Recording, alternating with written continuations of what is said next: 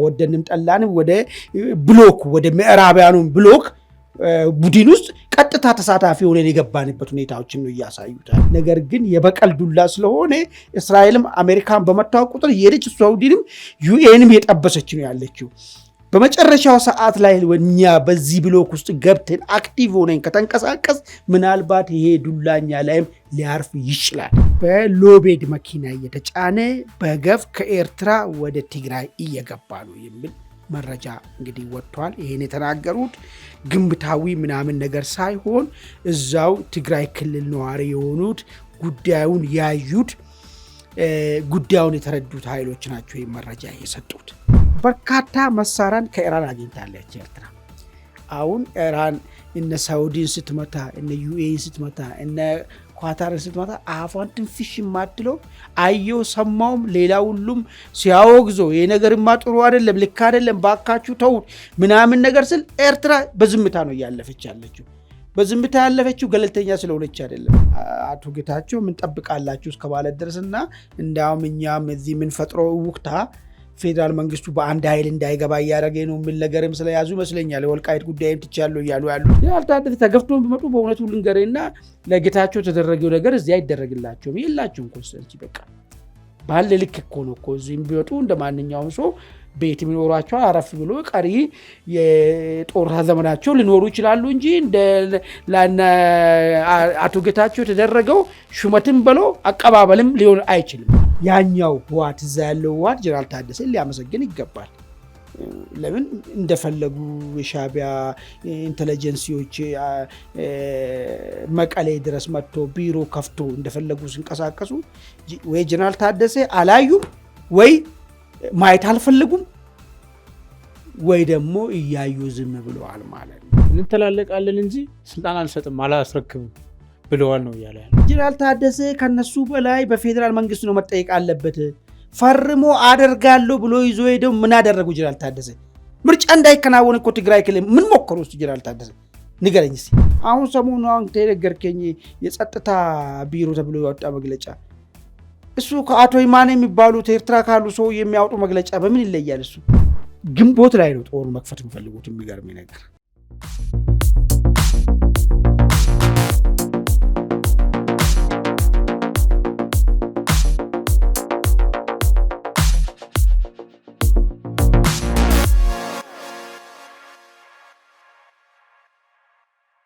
ስጥልን ውድ አንድ አፍታ ቤተሰቦች እንደምን አላችሁ? እነሆ አንድ አፍታ ታልታችን ተጀምሯል። በቅድሚያ ዛሬው አንድ አፍታ ታልታይ የምንመለከታቸውን ዋና ጉዳዮች እናስቃኛቸው።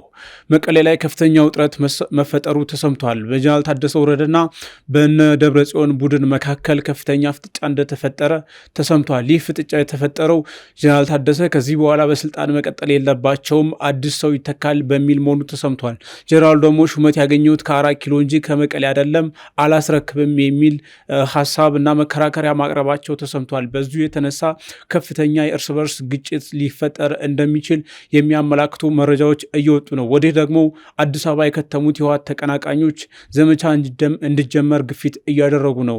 እንደ ጌታቸው ረዳ ያሉ የትግራይ ፖለቲከኞች በድል እንገናኝ የሚል መልእክት ከሰሞኑ አሰራይተዋል። የፌዴራል መንግስቱም ጠንከር ያለ አቋም ይዞ እየተንቀሳቀሰ ይገኛል። መቀሌ ላይ ያለው እንቅስቃሴ በዚህ ሰሞን ወዴት ሊያመራ ይችላል የሚለውን ጉዳይ ሰፋ አድርገን እንመለከታለን። በቅድሚያ መረጃዎችን አድርሰናችሁ ወደ ዋናው ጉዳይ እንገባለን። ወደ ቤተሰቦቻችን ጠቅላይ ሚኒስትር አብይ አህመድ ከሰሞኑ የጸጥታና ደህንነት መስሪያ ቤቶች ላይ አዳዲስ ሹመቶችን ሰጥተዋል። ይህ ሹመት እንግዲህ በተመሳሳይ ጊዜ በተለይም ደግሞ ኢትዮጵያ ውስጥ ያለው ውጥረት ባየለበት ሁኔታ እንደዚሁም ደግሞ በቀጠናው ያለው ውጥረትም እንደዚሁ በተመሳሳይ ከፍ ባለበት ሁኔታ በመካከለኛው ምስራቅም ያለው ጦርነት በተስፋፋበት አጋጣሚ እንደ አይነት ለውጦች ምን አንደምታላቸው የሚሉ ጥያቄዎች አስነስተዋል። ጠቅላይ ሚኒስትሩ የአዲስ አበባ ፖሊስ ኮሚሽን አመራሮችን ለውጠዋል። እንደዚሁም ደግሞ የደህንነት መስሪያ ቤቱም ላይ አዳዲስ ሹመቶችን ሰጥተዋል። ይህ ሹመት ምን አንደምታለ የሚለው ጉዳይ አነጋጋሪ ሆኗል። ሁለተኛው መረጃችን እስራኤል በሶማሌላንድ የጦር ቤዝ ለመመስረት ከፍተኛ እንቅስቃሴ እያደረገች መሆኑ ተሰምቷል። ይህ እንቅስቃሴ እንግዲህ አሜሪካና እስራኤል በኢራን ላይ የከፈቱትን ጦርነት ተከትሎ የየመኑ ሀውቲ እንደዚሁም ሌሎች አሸባሪ የእስላማዊ ቡድኖችን አሜሪካ በቀይ ባህር ላይ ለመዋጋት የምታደርገው ጥረት አካል ነው ተብሏል። እንግዲህ ሶማሊያ ይህንን እንቅስቃሴ የተቃወመች ቢሆንም ኢትዮጵያ ደግሞ ይህንን እንቅስቃሴ ደግፋ ከእስራኤልና ከአሜሪካ ጎን መቆሟ የሚጠበቅ መሆኑ የሚያመለክቱ መረጃዎች እየወጡ ነው። አማን እንደምን አለ? ሰላም ማርሻል። ባቀረብናቸው አጭር መረጃዎች ላይ ሀሳብ አስተያየት ካለ እሱን አጋራንና ወደ ዋና ጉዳያችን እናልፋለን። መልካም እንግዲህ የመጀመሪያው መረጃ ሀገር ውስጥ ያሉ የጸጥታ ኃላፊዎችን ማቀያየር ሹምሽር አድርገዋል። ሰሞኑን ከየካቲት 2 ጀምሮ ተግባራዊ በሚሆን ሁኔታ የአዲስ አበባ ፖሊስ ኮሚሽንን አንስቶ ሌተናል ጄኔራል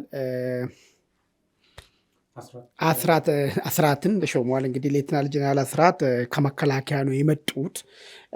መከላከያ ልምድ ያለው ወደ ፖሊስ ማምጣቱ ምን ያህል ጠቀሜታ አለው? አክቹዋሊ ብዙ ጊዜ ክልሎች እንደዛ ነው የሚያደርጉት። የክልል ጸጥታ ኃይሎችን ብዙ ጊዜ ከመከላከያ ውስጥ ልምድ ያሉትን እያመጡ ወደ መሪነት ነው የሚያመጧቸው። ይህም ከዛ ውስጥ እንግዲህ አንዱ አካል ሊሆን ይችላል። ግን ምንድን ነው አሁን የሹምሽሩ የሚያሳየን ነገር ምንድን ነው የሚለውን ነገር ማየቱ ነው እንግዲህ አስፈላጊ የሚሆነው። 3 ነገሮች ከፊት ለፊት የተጋረጠባት ሀገር ነች አሁን ይቺ ሀገር።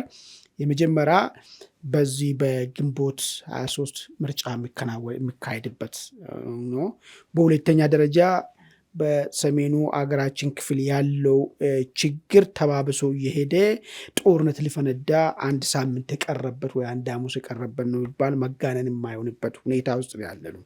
በሶስተኝነት ደረጃ አማጽያኖቹ በኦሮሚያ የሚንቀሳቀሱም በአማራ የሚንቀሳቀሱም እንደዚሁም በትግራይ የሚንቀሳቀሱ ኃይሎች ባልተደመሰሱበትና መጠኑ ይለያይ እንጂ የጦር የጥይት ድምፅ የሚሰማበት ሁኔታ ውስጥ ነው ያለ ነው ማለት ነው።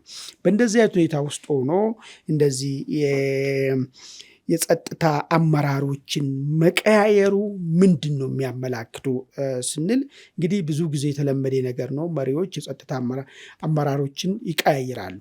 ሞስትሊ የሚቀያይሩ ግን ብዙ ጊዜ የሚታወቀው ወይ ወደ ጦርነት ሊገባ ስታሰብ ወይ ደግሞ ጦርነቱ ከተከናወነ በኋላ በጦርታ ወደ ውጭ መሄድ ያለበት ወይ በተለያየ መንገድ መሄድ ያለበትን ትሸኛለ፣ አዳዲሱን ትቀጥላለ። ሞስትሊ ጦርነት በሚጠናቀቅበት ሰዓት ላይ እንደዚህ አይነት ሽኝቶች ይከናወናሉ።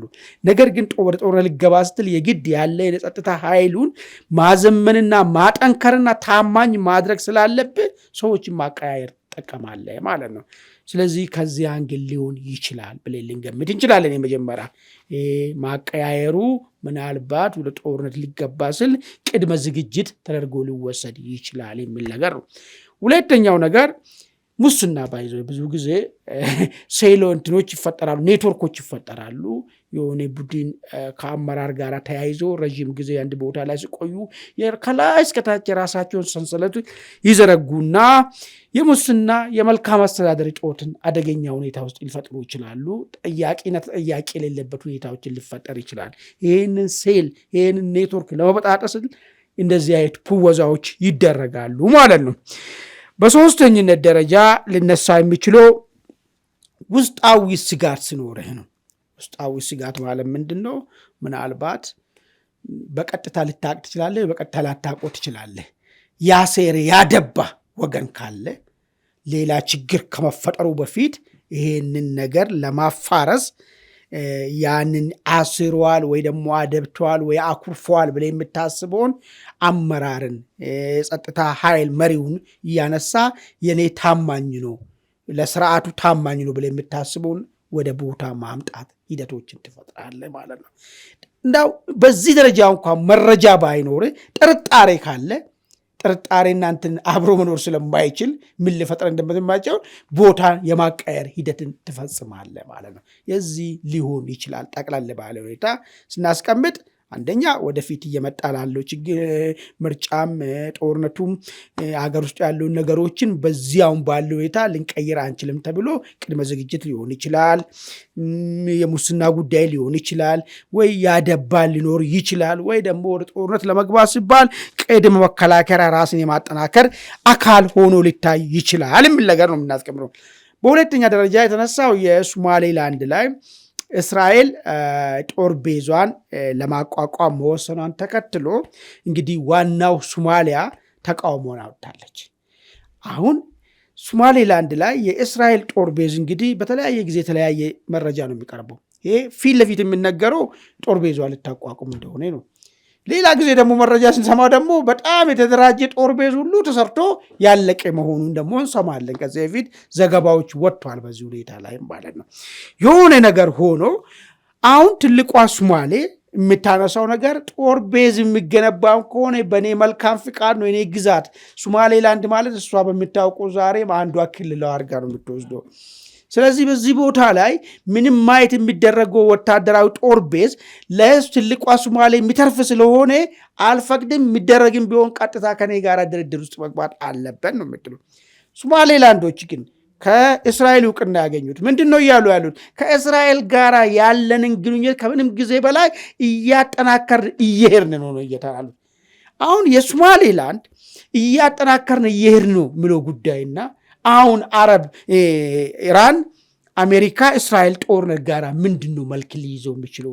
የሶማሊያላንድ የእስራኤል ወደ ሶማሌላንድ መታየንን ጉዳይ አሁን እዚህ ጋር ጦር ቤዙን ይከፍታሉ ማለቷ ከሀውቲ ጋር ምን ያገናኛል የሚለው ነገር ነው መታሰብ ያለበት። ሶማሊያ በዚህ አቋሟ የምትገፋ ከሆነ ከእስራኤል ምን ይጠብቃታል የሚለው ነገር መታሰብ መቻል አለበት። እርግጥ ነው ሶማሊያ ኢራን እነዚህ ገልፍ ስቴት ላይ ለሚታረገው ጥቃት ተቃውሞን ገልጻለች። ይህ ማለት በቀጥታም ሆነ በተዘዋዋሪ የነ እስራኤል ደጋፊ ወይ ደግሞ የነ አሜሪካ ተባባሪ የሆኑ ሀገራቶችን ደግፋ ተቃውሟን በኢራን ላይ አሰምታለች። አሁን ግን እስራኤል በሶማሌላንድ ላይ መጥቼ ጦር ቤዜን አደራጃለሁ የሚለውን ነገር የምትቃወም ከሆነ ወደደችም ጠላችም ወደ የትኛው የሆነች የምትሄደው ማለት ነው ወደ እነ ኢራን ወገን የምትሆንበት ሁኔታ ይፈጠራል ማለት ነው። ስለዚህ በግንባር ቀደም ደግሞ እስራኤል እዚህ ጋር ጦር ቤዙን ማደራጀት የተፈለገችበት የኢራን ክንፍ የሆነውን ሀውቲን ለመምታትም ለማዳከምም ለመቆጣጠርም ጭምር ነው ማለት ነው። እንግዲህ ይሄ ነገር ከኢትዮጵያ አንጻር ምን አንደምታለው? ምናልባት እንግዲህ ኢትዮጵያ ለሶማሌላንድ እውቅና ለመስጠት እንቅስቃሴ ላይ እንደነበረች ይታወቃል። ከእስራኤልና ከአሜሪካ ጋር በቀጠናው በተለይ አሸባሪ ቡድኖችን ከመዋጋት አንጻር ያላት ትብብር ይታወቃል። በአሜሪካና በእስራኤል ሳይድ ነው ያለችው እና ከዚህ አንጻር የእስራኤል ጦር ቤዝ ለማቋቋም መንቀሳቀስ ምናልባትም ኢራንን የምስራቅ አፍሪካ ሀገራትን የጥቃት ኢላማ ልታደርግ የምትችልበት እድል ሊፈጥር ይችላል የሚል ነገር አለ። ለምሳሌ እንደ ኬንያ ያሉ ሀገራትም ጭምር ትመታለች የሚሉ ስጋቶች አሉ። ከዚህ አንጻር እንዴት ታየዋል? እንግዲህ ኢራን ቀጥታ የአሜሪካ ቤዝ ያለበትን ለማጥቃት ካሰበች ግንባር ቀደም ሰለባ የምትሆነው ጅቡቲ ነች።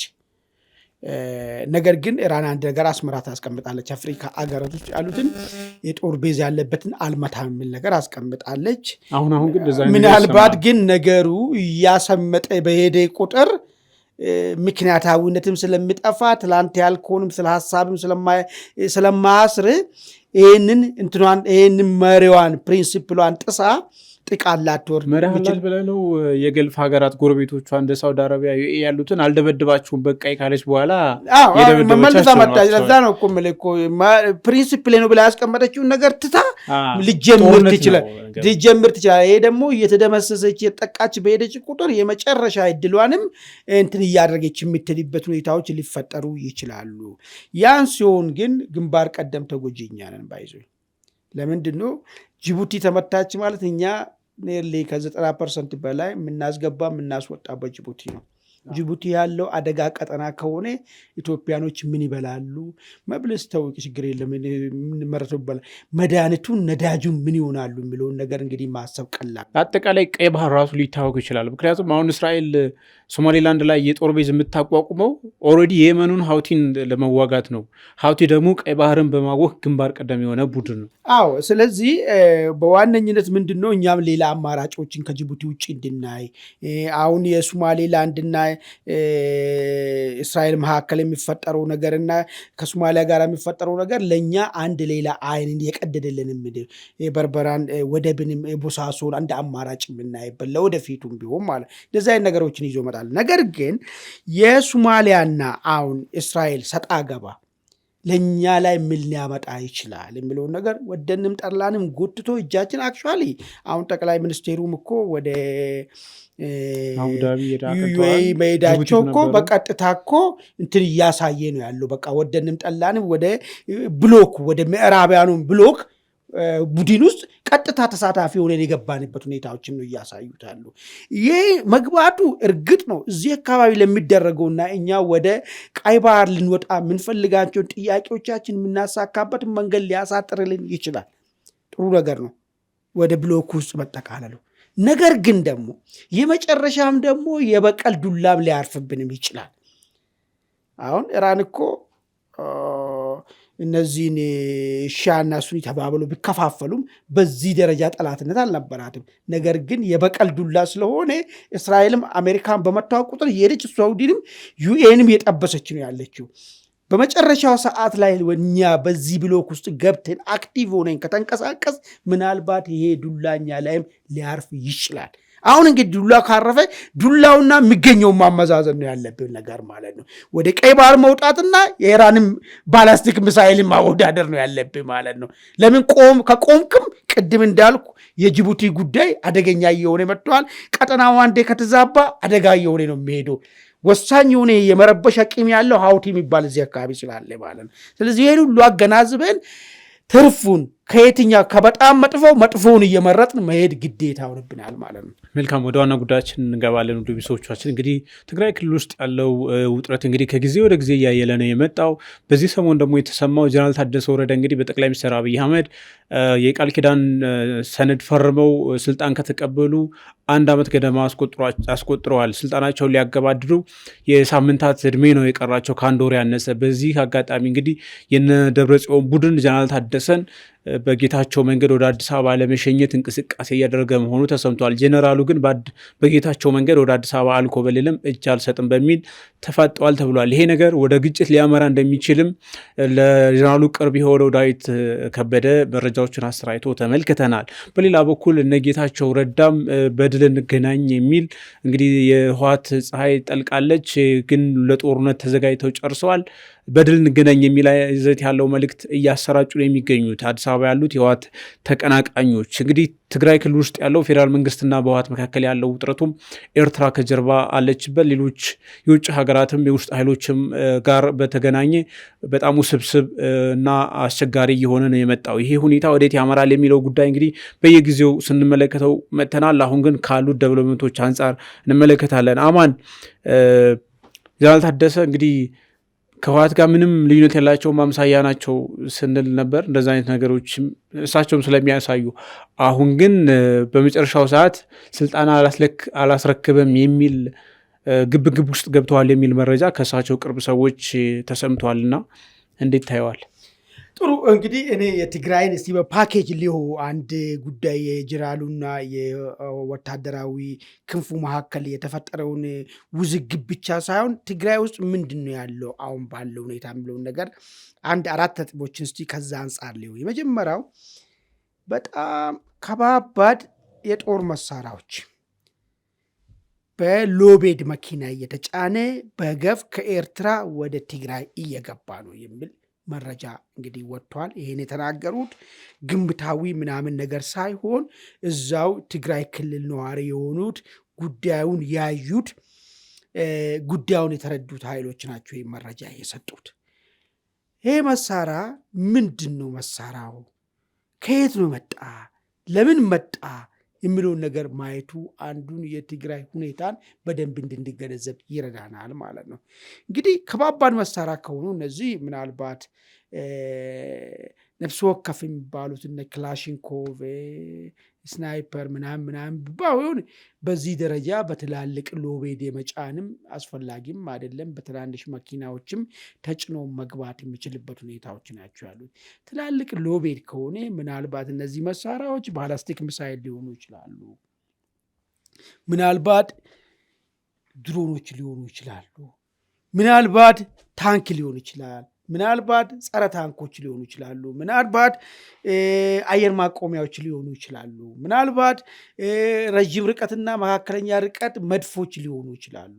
እነዚህ ሁሉ መሳሪያዎች ሳያቋርጡ ማታ ወደ ትግራይ ተጭኖ እየገቡ ነው ያሉት ማለት ነው። ኦኬ፣ ይሄ መሳሪያ ከየት ነው የሚመጣ? ማን ነው የላከው? ለምን መጣ ብለውን ነገር እስቲ የተወሰነ እንወስድ። እንግዲህ የመጀመሪያው ደረጃ ምናልባት ከዚህ በፊት የትግራይ አክቲቪስቶችም ሲነግሩን እንደነበረ እንደዚሁም ደግሞ በተለያየ አጋጣሚም ስንሰማ እንደነበረው በኤርትራ በኩል ክፍት መሆኑ ከኤርትራ ጋር ጽምዶ መፈጥሮ ከኤርትራ የሚገኘውን ጥቅም ማግኘት ብቻ ሳይሆን ባለን ብራችንም ባለን ጥሩ ኮኔክሽንም የኢትዮጵያ ውስጥ የመረበሽ አቂም ስላለን ኢትዮጵያ እንድትረበሽ ፍላጎት ያለው ሶስተኛ ሀገር ሁሉ እኛን ሊያግዘን ይችላል የሚል ነገር ነው ሲያነሱ የነበሩ። ስለዚህ ይሄ ከሆነ የመጀመሪያው በግዢ በኤርትራ ፖርት ተጠቅሞ ከኢራንና ከቻይና በግዢ የገባ ያለ መሳሪያ ሊሆን ይችላል። ወጪው የውሃት ወጪው ነው። እንግዲህ ዋቶች ምናልባት አይታወቅም ዱሮ ከዘረፉት ብር ላይ እስቲ እንዳው ይህን ጉዳይ እንትን ከሚል ያለችና ዋጣና የሆነ ነገር ገዝተን እናንቀሳቀስ ብለውም መድበው ሊሆን ይችላል። እንግዲህ ከጦር መሳሪያ አቅርቦት ጋር ተገናኘ ገብሩ አስራት አንድ አዲስ ቃለመጠይቅ ሰጥተው ትናንት የተመለከትኩት ምን አለ በቀጥታ ከሻዕቢያ በተጨማሪ ግብፅና ሳውዲ አረቢያ የገንዘብና ሎጂስቲክ ድጋፍ እያደረጉ ነው የሚል ነገር ተናግረዋል።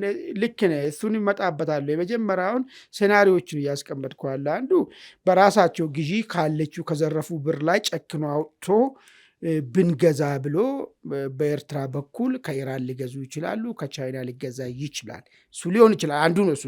ሌላ ከኢትዮጵያ ጠላቶች ሊገኝ ይችላል። ማለት ከኢትዮጵያ ጠላት ማለት ኢትዮጵያ ካልተተረማመሰ የኔ ብሔራዊ ጥቅም አይከበርም ብላ የምታስበው ለምሳሌ የግብፅ ብትወስዳት በማንኛውም አጋጣሚ ኢትዮጵያ እንድትተረማመስ ስለሚፈለግ እሷ ደግሞ በቀጥታ ሆነ በተዘዋዋሪ ከሳውዲ የተቀበለችውን በግብፅ በኩል ሆኖ ሊመጣ ይችላል። ለምን ሳውዲ በቀጥታ ከኢትዮጵያ ጋር በጠላት ላይ ተፈራረጀች ስላልሆነች ውስጡን ጥሩም ባትሆን ግን በአደባባይ ስላላወጣች ጉዳዩን በግብፅ በኩል አድርጋውን እንዳልከው ጋሽ ገብሩም እንዳሉት በግብፅና በሳውዲ አማካኝነት የሚመጣ ጦር መሳሪያም ሊሆን ይችላል። በሶስተኝነት ደረጃ ግን ከኤርትራ የተገኘም ሊሆን ይችላል። ኤርትራ ባይዞ ብዙ ጊዜ ተደጋጋሚ እዚህ ቦታ ላይ አንስቴን አውርተንበታል። በርካታ መሳሪያን ከኢራን አግኝታለች ኤርትራ። አሁን ኢራን እነ ሳውዲን ስትመታ እነ ዩኤን ስትመታ እነ ኳታርን ስትመታ አፏን ትንፍሽ የማትለው አየው ሰማውም ሌላ ሁሉም ሲያወግዞ ይሄ ነገርማ ጥሩ አይደለም፣ ልክ አይደለም፣ ባካችሁ ተውት ምናምን ነገር ስል ኤርትራ በዝምታ ነው እያለፈች ያለችው። በዝምታ ያለፈችው ገለልተኛ ስለሆነች አይደለም። የኢራን መነካት የእሷ መነካት መሆኑን ስለምታውቁ ጨክና ብዙ ዘመናት የችግር ጊዜን ያሳልፏት እነ ሳውዲን ሁሉ ረትታ ጉዳዩን በዚህ ዝምተኝነት መምረጥ ፈልጋል። ስለዚህ በርካታ ቁጥር ኦፍ መሳሪያ ከኢራን አግኝታለች። ከዚህ መሳሪያ ላይ አውታ መስጠትን የምትሰጠው ደግሞ ለራሷ ሰርቫይቫል ነው። ምንድነው የራስ ሰርቫይቫል ማለት? ኤርትራ ቀጥታ ጦርነቱ በእሷ ሜዳ ላይ እንዲሆን አትፈልግም። በእሷ ሜዳ ላይ ከሆነ ታውቋለች የኢትዮ ኤርትራ ጦርነት እንዴት አድርጎ ዱቄት አድርጓት እንደሄደ ማለት ነው። የሚገርም ነገር ማለት ነው። አሁን ደግሞ የሚደረገው ጦርነት ልክ እንደተባለ ጋዛ መሆን ነው የሚያመጣ። ጋዛ ሆነ ብቻ አይደለም የሚቀረው የኢትዮጵያን ታሪካዊ ድንበር የሆነውን አሰብን የምታስረክበት ሂደት ይመጣል። ይሄ እንዳይፈጠር ያለህን ሀብት መሳሪያ ሁሉ ኢንጀክት አድርጌ ጦርነቱ እዚሁ ትግራይ ክልል፣ ጦርነቱ እዚሁ ሰሜን ጎንደር፣ ጦርነቱ እዚሁ አማራ ክልል ውስጥ እንዲደረግ ሙከራዎችን ያደርጋሉ። ለዚህ ሲባል ያገኙትን መሳሪያ ሊሰጡ ይችላሉ። ይሄ አንዱ መሳሪያን በተመለከተ ሰፊ እንቅስቃሴ በኤርትራ እየተደረገ ያለውን ነው የሚያመላክተው ማለት ነው። እሺ መሳሪያውን እንግዲህ ቅድም እንዳልኩ ለምን ማስገባት ተፈለገ የሚለውን ጉዳይ ያው ምናልባት ከምንም በላይ አሁን እንዳልኩ ኤርትራ ውክልና ጦርነቶችን ለማከናወን ቲፒኤልኤፍ በቂ የሆነ መሳሪያ መታጠቅ መቻል አለበት። ባይዞ ናትነሰሪ ቲፒኤልኤፍ ብቻ አይደለም ይህ መሳሪያ የሚገባው አታውቁም። ወደ ፋኖም ሊሄድ ይችላል፣ ወደ ሸኔም ወደ ኦሮሞ ነጻነት ሰራዊትም ሊሄድ ይችላል። አሁን እየገባ ያለው መሳሪያ እዛው ትግራይ ጋር ብቻ ይቆማል ብሎ መገመቱም የዋነት ነው የሚሆነው ማለት ነው። እንግዲህ ይሄ ከሆነ ምን ውጤት ይዞ ይመጣል? መሳሪያ ገብተዋል፣ በርካታ መሳሪያ ገብተዋል፣ መሳሪያ ዝግጅት ተደርገዋል። ምንድነው ታዲያ ውጤቱ የሚመጣ ነገር ነው? መሳሪያ መቼም ገዝተህ እርሻ ልታርስበታል፣ ልትዋጋበት ነው አይደል? ውጋው የማይቀር ጉዳይ ነው እየሆነ ያለው ነገር ማለት ነው። አሁንም የሰላም ነጸታ ቢሮ እንግዲህ በጀነራል ታደሰ የሚመራው አንድ መግለጫ ነው። ምንድን ነው ምን ሊባል እንደሚችል አላውቅም። ብልጽግናን ቅዤታ ምናምን በሚል የሚወርፍ ይዘት ያለው መግለጫ ወጥቷል። አርሚ 7 ትጥቅ እየፈታ ነው አሸርባ ገብቷል የሚለው መግለጫ ከፌዴራል መንግስት ከመጣ በኋላ የመጣ ነገር ነውና እዛ ላይ በግልጽ በቃ ጦርነትን ስልጣንም ላይ አይቆይም፣ ቅዤታም ነው፣ የማያሸንፈውን ጦርነት ነው እየደገሰ ያለው የሚል አይነት ነገር ኦልሬዲ ጦርነቱ አይቀሬ መሆኑን በግልጽ ነው እዛ ላይ ራሱ የሚገለጸው። ለዛ ነው ውጤቱ ምን ይሆናል እንግዲህ ይህን ሁሉ ከተዘጋጁ ሊዋጉ ነው ማለት ነው። ከተዋጉ ምንድን ነው ሊሆን የሚችለው ውጤቱ? ሁለት ውጤቶችን እንዲሁ በግርድፉ ልንጠብቃቸው እንችላለን። የመጀመሪያው ውጤት በጦርነቱ ጠንክሮ ሄዶ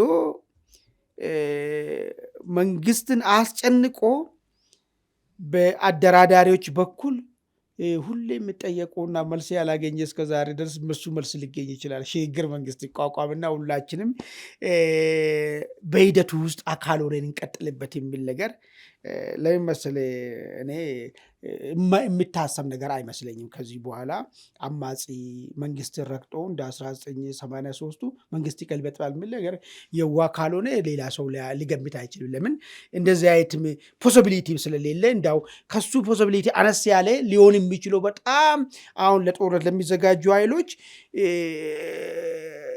በቃ ከሰማይ ወረደላችሁ በረከት ከሆነ ሽግግር መንግስት ጋር መድረስ የሚለውን ነገር ነው። እሱ አንዱ ነው። ሁለተኛው ግን እና ትልቁ ፖሲቢሊቲ ያለ የመሆን እድሉ ልክ ባለፈ እንደተደረገው ፌዴራል መንግስቱና ህወሓት መካከል ደረገው ጦርነት አሁንም እልቂቱ ትግራይ ክልል መውደም ነው። ትግራይ እናት ማልቀስ ነው።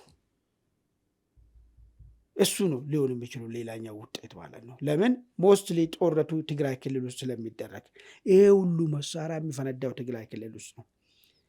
ይሄ ሁሉ አጓጉዘ ከኢራን ጭምር ከሳውዲ ጭምር ከግብፅ ጭምር ያልናቸው መሳሪያዎች ሁሉ መጨረሻ ላይ የጣፋንታቸው የትግራይ እናት ላይ ነው ወጪው ነው። ስለዚህ ውጤቱ የሚመጣው የትግራይ እናት መከራ ነው የሚያመጣው ነገር ማለት ነው። ይሄ ነው ሌላ ሊሆን የሚችለው ማለት ነው። ግን አሁን እዚህ ጋር ታይሚንጉ በጣም ወሳኝ ወቅት ነው። አሁን ይህ ወቅት እንግዲህ ጀነራል ታደሰ ወረደ በደብረጽዮን ስልጣን አስረክቡ የሚል ግፊት ገፍቶ የመጣባቸው ከጠቅላይ ሚኒስትር አብይ አህመድ የተቀበሉት ስልጣን ኦልሬዲ 1 ዓመት ሞልቶታል። የቃል ኪዳን ሰነድ ፈርመው ነው ያን የገቡትን ቃል ፈጽመዋል አልፈጸሙም እሱ ሌላ ጉዳይ ሆኖ አልቋል።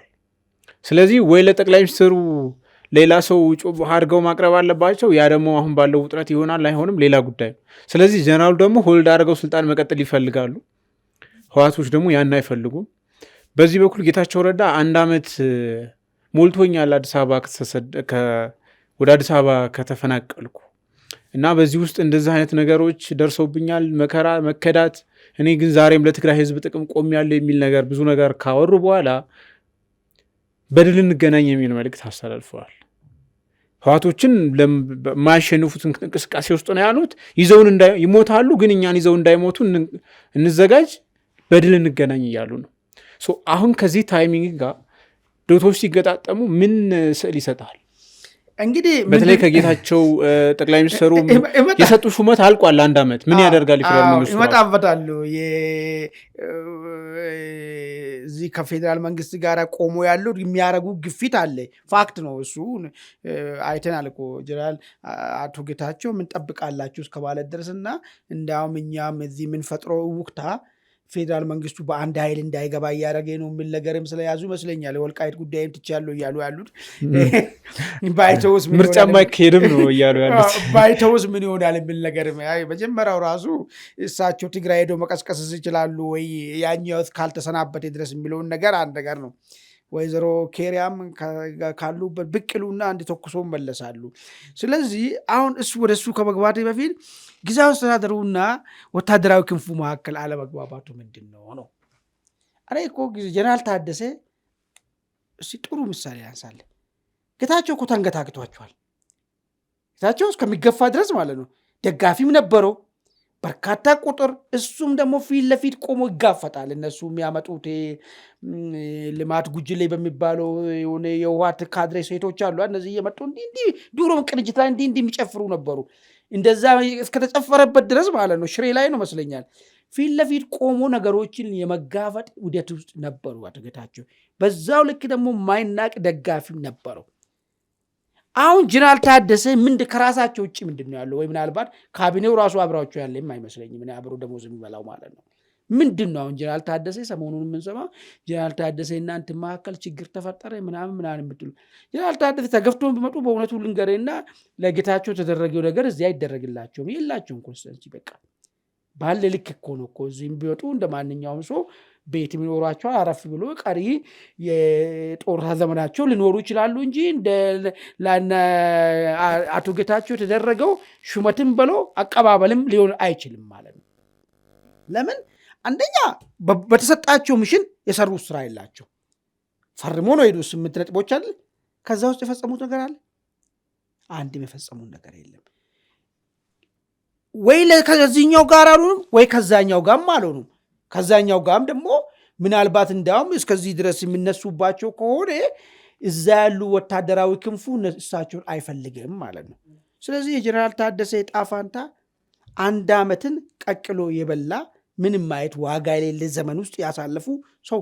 ለምን ጀነራል አቶ ጌታቸው እያሉ ብዙ ነገሮች ሞክር ነበር። ባይዞ ተፈናቃይም ለመመለስ እኮ ሞክር ነበር እኮ አንዳንድ ነገሮችም። ሌላም ቢቀር ደግሞ ልዩነትም ካለ ልዩነትን አንስተ ለመነጋገር ይሞክራል። ወይ ይሄ ነው መሆን ያለበት ብሎ አቋም ይዞ ከፌዴራል መንግስት ጋር የሚከራከሩ ነገር የላቸው። ወይ ደግሞ የተባሉትን ነገርን በትክክል ለመፈጸም የሄዱበት ርቀትም ስለሌለ ምንም ዋጋ የሌለው የከንቱ ዘመን ተብሎ የሚታሰበው እኔ ጀነራል ታደሰ 1 ዓመት ጊዜያዊ አስተዳደር መሩበት ዘመን ነው። ምናልባት በህወሓት በኩል ጥሩ የፕሪፓሬሽን ዘመን ኖሮ ተጠቅሞት ሊሆን ይችላል። እንዳውም ሊያመሰግነው ከፍ ማድረግ ካለበት ያኛው ህወሓት እዛ ያለው ህወሓት ጀነራል ታደሰ ሊያመሰግን ይገባል። ለምን እንደፈለጉ የሻዕቢያ ኢንተለጀንሲዎች መቀሌ ድረስ መጥቶ ቢሮ ከፍቶ እንደፈለጉ ሲንቀሳቀሱ ወይ ጀነራል ታደሰ አላዩም፣ ወይ ማየት አልፈለጉም፣ ወይ ደግሞ እያዩ ዝም ብለዋል ማለት ነው። ሰራዊቱ እንደዛ ሲሆን የትግራይ ህዝብ በናቅፋ እንዲገበያይ ሲደረግ ሌላ ኢምፕሊኬሽን እኮ አለው እኮ። ትግራይ ህዝብ እኮ ኢትዮጵያዊ እኮ ነው እኮ። ለምንድነው በናቅፋ የሚገበያዩ?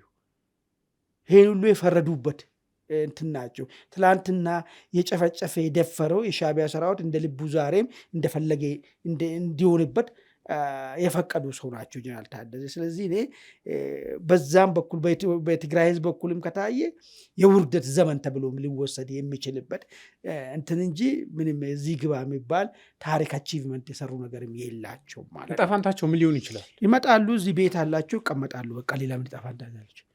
ሲጨርሱ መቼም ከዚህ በኋላ ጫካ ሄዳሉ። አሁን እየሰማን ያለ ነው እንግዲህ ለእሳቸው ቅርብ የሆነው አማካሪያቸው ነው የሚባለው ዳዊት ከበደ ያወጣው መረጃ የሚያመላክተው እንተላለቃለን እንጂ ስልጣን አልሰጥም አላስረክብም ብለዋል ነው እያለ ያለው። እኔ ሁሌ ጀነራል ታደሰ ከነሱ በላይ በፌዴራል መንግስት ነው መጠየቅ አለበት። ፈርሞ አደርጋለሁ ብሎ ይዞ ሄደው ምን አደረጉ? ጀነራል ታደሰ ምርጫ እንዳይከናወን እኮ ትግራይ ክልል ምን ሞከሩ? ውስጥ ጀነራል ታደሰ ንገረኝ እስከ 25 ድረስ አጣርተ ምን ብለ ላክ። አቶ ጌታቸውን እኮ ማወዳደሪያ አድርግ ያነሳውን ማነጻጸሪያ እኮ አቶ ጌታቸው እየሞከሩ እኮ ነበሩ ያመኑትን ነገር። እኚህ ሰውዬ ወይ ይሄኛውን አላመኑ ወይ ያኛውን አላመኑ፣ አልገባንም። ምን እስቲ ሞክሩ እስቲ። አሁን ስልጣን አለቀቀ ምንድን ነው? ለምን ይመስላል ታዲያ? አሁን ድራማ ነው ወይስ ሪሊ ስልጣን ላይ የመቆየት ጉዳይ ነው? ምንም ነገር ምንም እኔ እኮ ነገርኩ እኮ ለቀቀ ማለቀቀ ምንም ነገር የለም። አይ አሁን በእነሱ በኩል የመጣው አሁን መቀሌ ላይ የተፈጠረው የእርስ በርስ ፍትጊያ ሪሊ ጀነራል ታደሰ ከቲፒኤልኤፍ ተቃራኒ ጎራ ቆመው መቀጠል ፈልገው ነው ወይስ ደግሞ ድራማ ነው? ወይ ከዚህ ቀደም እንትን ተደረገባቸው ምናምን ሲባል ነበር። እኔ እንደሚመስለኝ ምን ታውቃለህ፣ ዝም ብሎ የእርሳቸው እንግዲህ ዘመኑ ሁሉም ሰው አክቲቪስት አለው አይደል? ታሪኩን ሊያቆነጅቡለት ታስቦ አክቲቪስቶች እንደዛ ያመጡት ነገር ነው። ምንድን ነው የሰውዬ እስቲ ነገር? እኔ በጣም መጠየቅ ካለበት ጀነራል ታደሰ ነው መጠየቅ ያለበት። ወይ ልክ አይደለ ብሎ አልተከላከለ፣ ወይ ልክ ነው ብሎ አልፈጸመ፣ ለመፈጸም አልሞከረም። ምን ሲያደርግ ነው ነበረ? ደሞዝ ብቻ ሰበላይ እኮ ነበረው እኮ በዚህ 1 ዓመት ውስጥ ምንድን ነው ሲያደርግ የነበረው? ስለዚህ ይሄ ታሪኩን ሊያቆነጁለት የፈለጉ ሰዎች የፈጠሩት ነገር ነው። እንደዛም ባይሆን የሚፈጠር ነገር የለም። ይምጣ፣ እዚህ ቤት ይኖሯቸዋል። እንግዲህ ጦር ፌዴራል መንግስቱ ምን ሊያደርግ ይችላል? እንግዲህ አዲስ ሰው ሊሾም ይችላል ተብሎ አይጠበቅም። ጀነራል ታደሰ ቆጥሮች የሰጣቸውን የቤት ስራ ሰርተዋል አልሰሩም ብሎ ገምግሞ የሆነ ነገር ሊያደርግ ይችላል ብለህ ታስባለህ? ጀነራል ታደሰ እና ፌዴራል መንግስቱ እኮ ተቆራርጧል እኮ። ይናገሩ የለ እንዴ? በጀት እምቢ ተባልን ብሎ የለ እንዴ? ነዳጅን ቢተባል ይያሉ አለ እንደ መድኃኒትን ቢተባል ያለ። ስለዚህ ጀነራል ታደሰና ፌዴራል መንግስቱ ምን ግንኙነት አለው? ቆየ እኮ ካከተመ እኮ ነገሩ እኮ ማለት ነው። ለዛም እኮ ነው ፌዴራል መንግስቱ ያለው አማራጭ መከላከል ስላለበት ግዴታ ስላለበት ጦሩን ካለበት ይዞ ወደ ላይ እኮ ይወጣ እኮ። ጀነራል ታደሰ እኮ ቅርቡ የሚሆነው ፊት ለፊት ወጥቶ መናገር ነው የሚከብደው እንጂ ለኢሳያስ ነው እንጂ ቅርብ የሚሆነው እኮ ለዶክተር አብይ ቅርብ እየሆነ እኮ አይደለም እኮ። ሲፈልጉ እሳቸው የሚመሩ ቢሮ አይደል እንደ እየወጣ የሚሳደቡ። አሁን ሰሞኑ አሁን ተነገርከኝ የጸጥታ ቢሮ ተብሎ የወጣ መግለጫ እሱ ከአቶ ይማነ የሚባሉት ኤርትራ ካሉ ሰው የሚያወጡ መግለጫ በምን ይለያል እሱ? ስለዚህ ምንም እኮ እንትን የሚለው ነገር የለውም። ፌዴራል መንግስት አስቦ አቅዶ ህግና ስርዓትን እንዴት ማስከበር እንዳለበትና የትግራይ ህዝብን ነፃ ማውጣት እንዴት እንደሚቻል ከሌሎች የትግራይ ልጆች ጋር ሆኖ ወደ ተግባር መግባት ነው የሚጠበቅበት እንጂ ከዚህ በኋላ አንድ ከበደን ሹሞ በቀለን ሹሞ እኮ አየን እኮ። ታደሰ ካልሆነ አሉ ጀነራል ታደሰ ካልተሾመ እኛ ችግር አይፈታም አሉ። እሺ ተብሎ ተላኩ ጀነራል ታደሰ። ምን ተፈታ እስቲ አንድ ነገር እስቲ። የባሰ መራራቁን አስፍቶ ነው ሄዱት። በዚህ ከዚህ በኋላ ፌዴራል መንግስቱ በዚህ ጉዳይ ላይ የሆነ ጊዜ የሚያጠፋል ብዬ አልገምተውም ማለት ነው። ሌላ ከመንግስት ጋር የቆሙ የትግራይ ኃይሎችን በተመለከተ እንግዲህ በትግራይ ፖለቲከኛም ወታደራዊ አካባቢ መሸርሸር ተፈጥሯል። የማይካድ ነገር ነው። ወታደራዊም እያየ ከዚህ በኋላ የምንከፍለው መስዋዕትነት ዋጋ የሌለውና ለትግራይ ህዝብ የማይጠቅም ለእኛ ታሪክ የማይመጥን ነው እያሉ ነው ጀነራሎች እኮ እየመጡ ያሉት እኮ። ዝም ብሎ አይደለም እኮ። የሚመጥንና የሚጠቅም ነገር ቢሆን ኖሮ ይቆያሉ። ፖለቲከኛ እና አቶ ጌታቸው የመጡት እዛው ስልጣኑን እኮ ተቀምጠው እዛው መኖር እኮ ይችላሉ እኮ። ግን ይሄ ነገር ካልተነቀለ የትግራይ ህዝብ ትግራይ እናት እረፍት አታገኝ የሚል ነገር። ስለዚህ ፖለቲከኛም እየተሸረሸረ ነው፣ ወታደራዊ ክንፉም እየተሸረሸረ ነው ያለው ማለት ነው። በርካታ ቁጥር ያለው እዚህ ፌዴራል መንግስት አካባቢ የተሰበሰቡት ፖለቲከኞቹ፣ ወታደራዊ መሪዎቹ ሌላ አማራጭን ነው ለትግራይ እያመጡለት ያሉ። ይህን አማራጭ ካየነው ምንድን ነው አሁን ባለፈ ይሳሳቱና አንዳንዴ ይውሌ የመጀመሪያ አንተ ትግራይ ፖለቲከኛ ሆነ ከወጣ ወይ አሁን ትግራይ ክልል የሚደረገው ልክ ነው ብለህ ካላመንክ በስተቀር እንደ አንድ ትግራይ ተወላጅ ፖለቲከኛና የትግራይ ዕጣ ፈንታን ለመወሰን የተደራጀው ፖለቲከኛ ነኝ ብለህ የምታስብ ከሆነ መጀመሪያ ማድረግ ያለብህ የትግራይ ህዝብ የሚባለው ህዝብ ማለት ነው ካለበት ሁኔታ ውስጥ ነፃ ወጥቶ ነፃ ህዝብ ማድረግ ነው። ይህን ሳታደርግ አሁን ሌላ ጉዳይ ላይ ንጥቂያ ውስጥ መግባቱ ወይ እነዚህ ሰዎች በትክክል ዓላማ የላቸውም ወይ የተቋቋሙበት ነገር በግቡ በደንብ አልተረዱ የሚለው ነገር ነው የሚያመጣው ነገር ማለት ነው። አሁን አንዳንዴ አይደል ከሆነ ከፌዴራል መጋራ እናከሳሉ፣ ከጎንዮሽ ከማንነት ጥያቄ ካላቸው እንትኖች ጋር እናከሳሉ። እሱ ነው ወይ መጀመሪያ እንደ አንድ ፖለቲከኛ እኮ ለትግራይ ህዝብ ትክክለኛ አስተዳደር ይፈጥርለታለሁ የሚሻለውን አስተዳደር ስርዓትን ይዘረጋለታለሁ ብለ የተደራጀ ኃይል መጀመሪያ ትግራይ ህዝብን በራሱ ዕጣ ፈንታ በራሱ እንዲወስን ማድረግ ነው።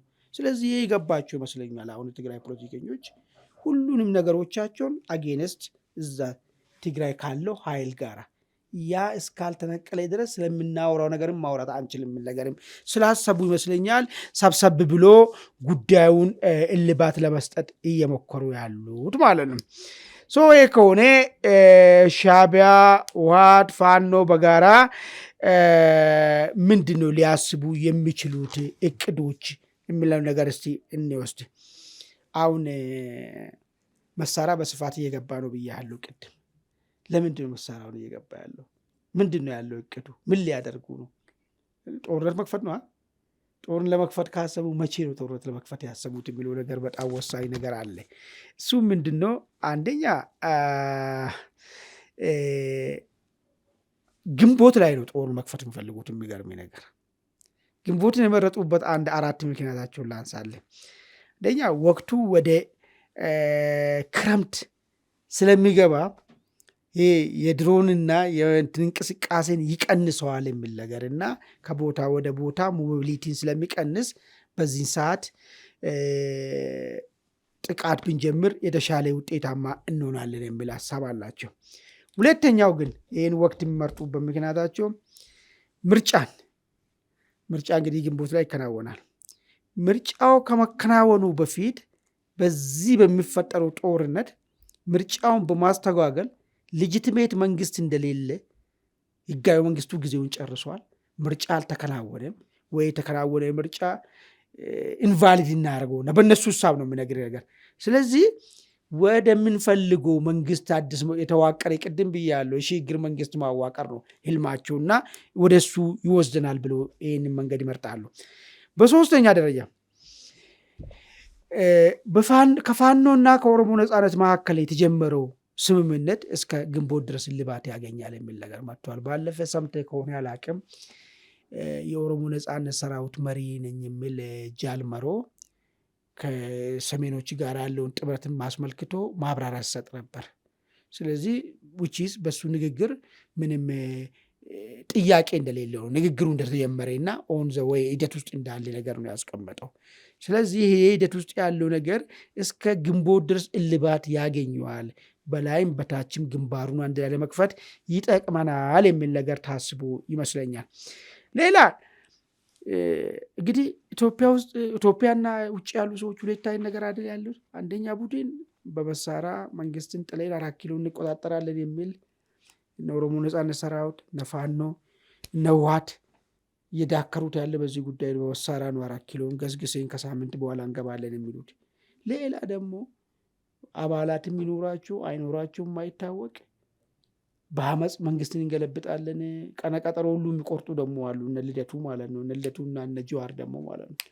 አሁን እነዚህ ኃይሎች ወደ ግንቦት መጠጋት አለበት ብሎ ያስቀመጡበት ጦር ጊዜያቸውን ግንቦት ላይ እናደርጋለን የሚሉ በምክንያታቸው የእነ አቶ ጀዋርና እነ አቶ ልደቱ አመፅም እስከዛ ድረስ ሊቀሰቀሳል የሚል ግምት ምናላቸውና በግንቦት ጠቅለል ባለ ግንባር እንከፍታለን ያኔ ተሳክቶልን ወደ ሽግግሩ እንገባለን የሚል ህልም አለ። ጠቅለል ባለ ሁኔታ ትግራይ ያለው ሁኔታና የተፈለገው ግቡ ይሄን ይመስለኛል። አመሰግናለሁ። ውድ ቤተሰቦቻችን ካለን ሰዓት አንጻር ይዘን አንድ አፍታ እዚህ ላይ ቆይተናል። ስለተከታተላችሁን በእጅጉ እናመሰግናለን። በቀጣይ እስከምንገናኝ ጤና ይስጥልን።